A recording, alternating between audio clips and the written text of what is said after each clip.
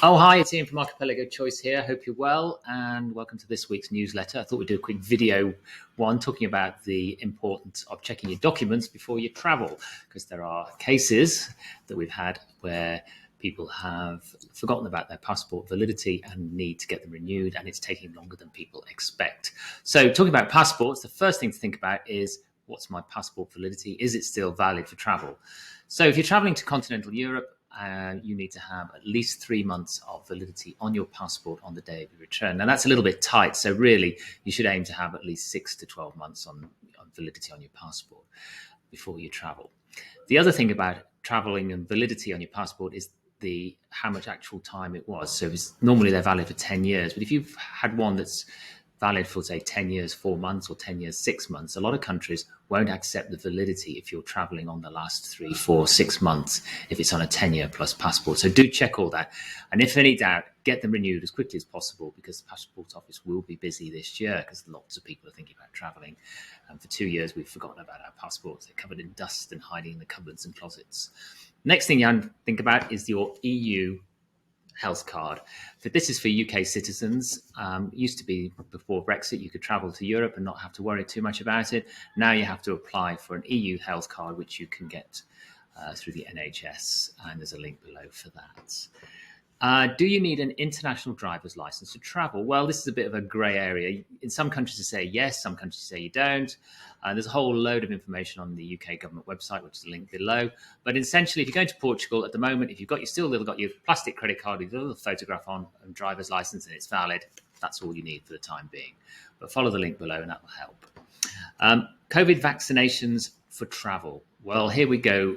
This is a very changing, fluid world. But at the moment, if you're traveling to Portugal and you've had a vaccination within 270 days, or you're traveling within 270 days of your second jab, you don't need to worry too much about it. If you're traveling to many places in mainland Europe, it's 180 days since your second jab. Booster jabs, they will probably be counted fairly soon, but at the moment that's work in motion and it's not quite clear what's happening on that.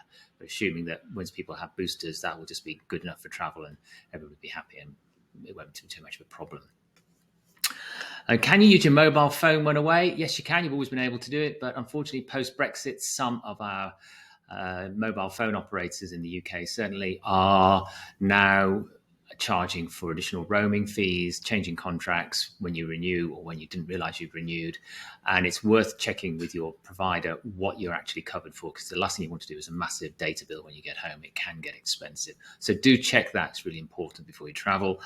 And travel insurance. We get calls about travel insurance all the time. Can you get it? Can you get COVID-related travel insurance? Well, the simple answer is yes, you can. There are loads and loads of policies, but the big thing to watch out for is, are you covered if you get COVID before you travel?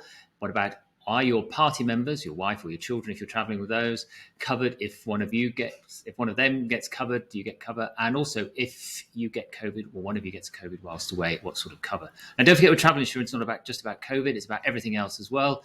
So it's also about whether your mobile phone gets nicked or your camera gets nicked, or whether you break a leg. You need to have cover for all those sort of things.